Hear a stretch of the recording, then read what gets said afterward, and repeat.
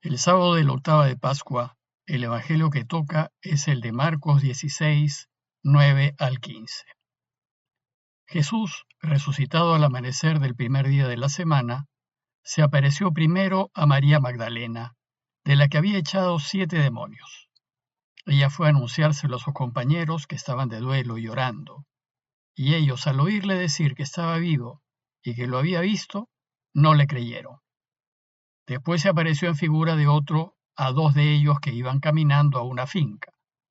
También ellos fueron a anunciarlo a los demás, pero no les creyeron. Por último, se apareció Jesús a los 11 cuando estaban a la mesa y les echó en cara su incredulidad y dureza de corazón, porque no habían creído a los que lo habían visto resucitado, y les dijo: vayan al mundo entero y proclamen el Evangelio a toda la creación. El texto que termina esta octava de Pascua y con el cual cerramos la primera semana de celebraciones pascuales es la conclusión de todo el Evangelio de Marcos. Se trata de un resumen que hace Marcos de diversas apariciones, pero sucede que en el cuerpo del Evangelio de Marcos solo se nos reporta la aparición a María Magdalena y a las otras mujeres que estaban con ella junto al sepulcro. Nada más. Sin embargo, al final de su obra nos presenta este resumen que les acabo de leer. Bueno, pues, antes de comentarles este texto, deseo hacer una breve nota bíblica a fin de compartir con ustedes lo que piensan los especialistas, los exégetas, que sucedió al escribir los evangelios. Lo que sabemos con bastante certeza es que Jesús murió en el año 30 después de Cristo. Y Marcos, el evangelio más antiguo que tenemos, se estima que fue escrito en torno al año 65 o 70 después de Cristo. Es decir, al menos 35 años después de la muerte de Jesús. En los otros evangelios, la distancia es aún mayor. Por ejemplo, se estima que Mateo y Lucas se escribieron en torno al año 90 y que Juan se escribió en torno al año 100. Esto significa que cuando la primera iglesia empezó su vida activa, inmediatamente después de la resurrección de Jesús, no había evangelios, pues aún no se habían escrito. Y entonces, cuando la iglesia se reunía a celebrar la Eucaristía, lo que hacía era compartir oralmente lo que los testigos recordaban de los hechos y dichos de Jesús. Pero a la vez buscaban en las escrituras judías, es decir, en el Antiguo Testamento, textos que pudiesen iluminar lo sucedido con el Señor. Lo que había era pues un compartir oral que se apoyaba en la memoria de los testigos. Y los discípulos, que fueron testigos y que contaban lo sucedido, se convirtieron en fuentes de tradición. Pero como se podrán imaginar, la memoria no es precisa, y lo sucedido se transmitía con algunas diferencias y algunas distorsiones debido al problema del teléfono malogrado que sucede en toda transmisión oral. Además, la repetición de memoria de los relatos en las Eucaristías se fueron complementando y ampliando con las reflexiones que fueron haciendo las comunidades de la Iglesia acerca de Jesús. Y muchas de estas reflexiones posteriores van a pasar a formar parte de los futuros evangelios. Bueno, pues por diversas razones, entre ellas por la necesidad de unificar el anuncio del evangelio y por el fallecimiento de los testigos directos, por ejemplo, Pedro murió en Roma en torno a los años 62 y 64.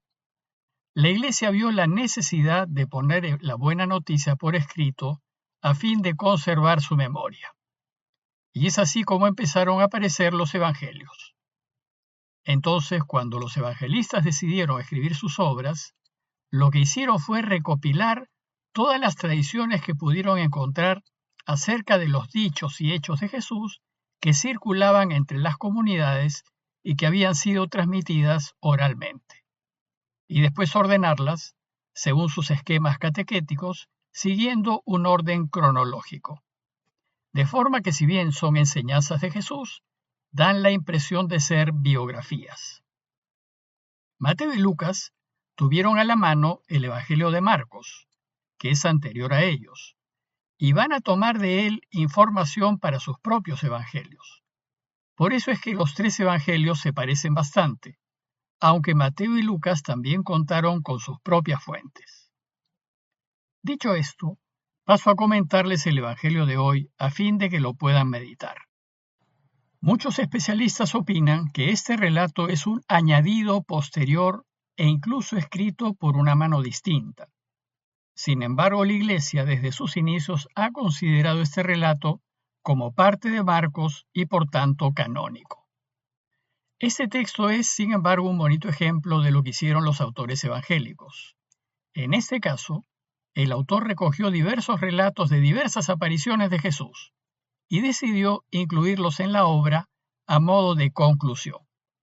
Si se fijan, el texto que les he leído no nos resume todas las apariciones, sino solo aquellas que llegaron a manos del autor y que seguramente en su comunidad se compartían. El texto pues empieza relatándonos la primera aparición de Jesús el día de su resurrección. Dice Marcos que Jesús, que había resucitado al amanecer del primer día de la semana, se apareció primero a María Magdalena, de la que había echado 7 demonios.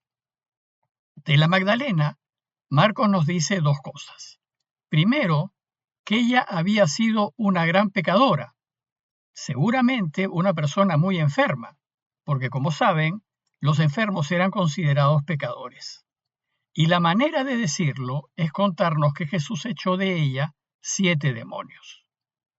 Después, esta mujer se convirtió en una apasionada discípulo de Jesús. Y segundo, contarnos que María fue la primera a la que se le apareció el Señor. Y en esto coinciden los demás evangelistas. Esto es muy significativo, pues en la sociedad judía, y así como los niños, las mujeres no tenían valor alguno, solo valían los adultos hombres. San Ignacio de Loyola nos invita devotamente a considerar que seguramente Jesús se apareció primero a María su madre, y nos invita a imaginar y meditar en lo consolador que debió ser ese encuentro. Lo cierto es que Jesús se apareció primero a los que están al margen, a quienes no son considerados, y entre ellos a los que son descalificados por ser pecadores. Luego, Marcos nos cuenta cómo se encontraban los demás discípulos. Dice el texto que estaban de duelo y llorando, profundamente tristes porque Jesús ya no estaba con ellos. Y también nos cuenta que la Magdalena fue a contarles que estaba vivo, pero que no le creyeron. Pues como dijimos, el testimonio de una mujer no tenía mucho valor. A continuación, Marcos nos cuenta que se apareció también con aspecto diferente a 2 de ellos que iban caminando hacia el campo. Parece que aquí Marcos se refiere a los discípulos de Emaús, y que también ellos fueron a anunciarlo a los demás, pero que tampoco les creyeron. A diferencia de Lucas, aquí Marcos nos dice que la comunidad no creyó el testimonio de los de Emaús. Lucas, sin embargo, nos dice que sí le creyeron. Es decir, según Marcos, la constante al inicio fue que nadie creyó a los testigos directos. Y es comprensible, pues para personas racionales como nosotros es muy difícil creer que 3 días después de morir alguien pueda volver a la vida. Pero la incredulidad de los discípulos es vencida en la última aparición que nos narra.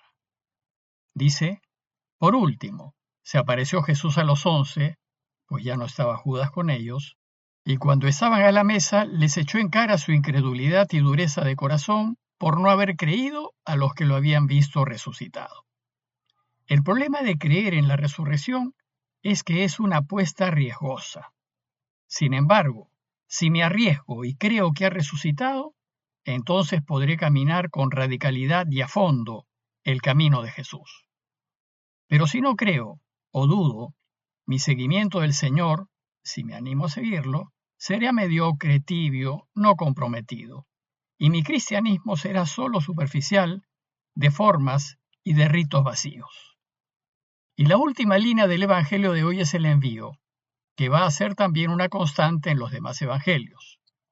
Dice el texto que Jesús les dijo, Vayan al mundo entero y proclamen el Evangelio a toda la creación.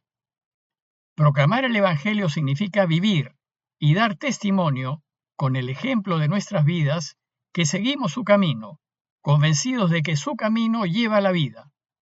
Y esto es lo que nos toca hacer a quienes creemos que vive. A modo de conclusión, los invito a preguntarnos y a reflexionar en los siguientes 2 puntos. Primero, ¿por qué Jesús se aparece primero a quienes no tienen voz? ¿Por qué primero se aparece a la pecadora Magdalena? ¿Y por qué se aparece primero a Juan, el más jovencito de todos? ¿Por qué Dios tiene esa preferencia? ¿No será que nos está enseñando que preferir a quienes están al margen debería ser también nuestra preferencia? Y segundo, ¿cómo vivo mi ser cristiano? ¿Estoy absolutamente convencido de que Jesús ha vencido la muerte? ¿Lo demuestro en las decisiones que tomo, en las opciones que hago, en mis relaciones con los demás y en la manera como vivo mi vida? Pidamos para que nuestra fe en que Jesús ha resucitado crezca cada vez más y así podamos seguir su camino cada vez con más radicalidad. Parroquia de Fátima, Miraflores, Lima.